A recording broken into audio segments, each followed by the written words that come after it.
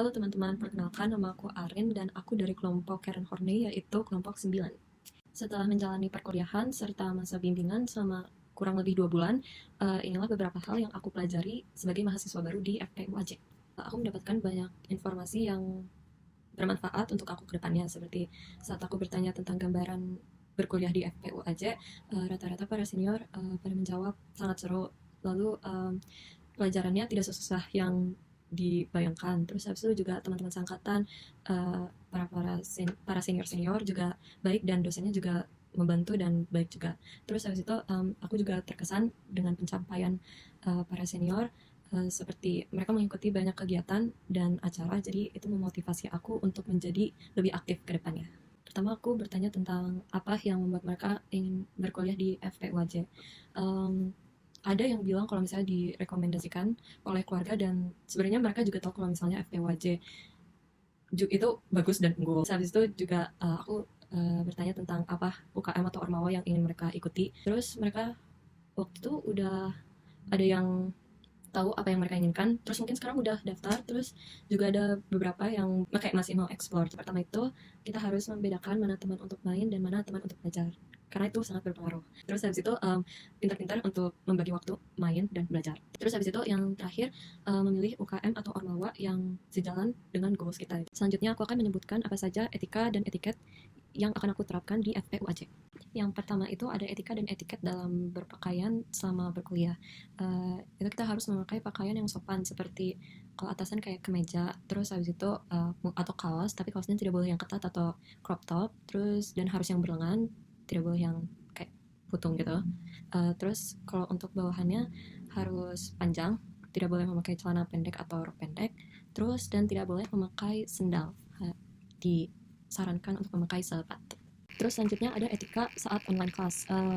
Yang pertama, kalau misalnya kita disuruh on cam, kita harus on cam, dan on camnya tuh wajahnya harus jelas, kayak tidak boleh sambil tiduran atau kayak gelap atau kayak kita sambil main HP. Jadi kita harus menghormati siapa yang lagi berbicara. Terus habis itu juga kalau misalnya kita tidak sedang berbicara, kita harus mute, jadi tidak ada gangguan suara. Kita juga harus menghormati siapa saja yang sedang berbicara di Zoom atau di Teams. Jadi kayak kita harus memperhatikan apa saja yang sedang dijelaskan atau yang sedang dipresentasikan. Selanjutnya itu ada etika saat menchat. Pertama, kita harus menggunakan kata-kata yang sopan dan diksi yang bagus juga, kayak formal gitu. Mau ke dosen atau kayak ke senior atau kayak mungkin teman sebaya juga, kalau misalnya awal-awal harus tetap respect dan sopan. Terus habis itu jangan ngechat kalau bisa jangan lewat dari jam kerja. Itu batasnya itu jam 5.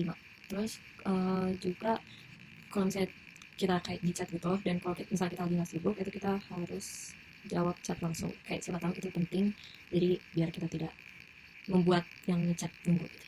Yang selanjutnya ada etika saat mewawancara. Yang pertama pasti kita harus reach out dulu dengan cara ngechat. Terus itu maksudnya sama kayak tadi, kita harus menggunakan kata dan diksi yang bagus, kayak harus sopan, formal, dan untuk menentukan jadwal bertemunya kita harus menyesuaikan dengan jadwalnya karena kita yang mewawancarai.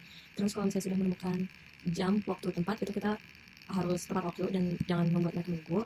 Terus kita harus saat bertemu harus tetap sopan dan profesional, berikan informed consent dan menjelaskan apa saja yang akan dilakukan, seperti yang tertera di informed consent. Terus habis itu memulai pertanyaan dengan kata-kata yang formal juga. Terus habis itu menanggapi dan mendengarkan narasumber secara aktif dan baik. Dan saat sesi wawancara sudah selesai, kita juga harus berterima kasih atas waktunya dan partisipasinya. Yang terakhir ada plagiarisme dan originalitas karya. Kita tidak boleh melakukan plagiarisme, dan kita harus berusaha untuk menghasilkan karya sendiri yang unik dan bagus, karena itu dapat mengasah kemampuan kita dan skill kita dalam bikin makalah-makalah atau kayak nanti skripsi. Terus habis itu kalau misalnya kayak kita ingin mengambil sesuatu kayak referensi dari karya orang lain, itu harus dicantumkan di karya kita, karena itu bukan dari kita kan, jadi kayak kita harus ada kreditnya itu dari siapa. Itu saja video refleksi dari aku. Mohon maaf jika masih ada salah kata atau kekurangan kata. Terima kasih.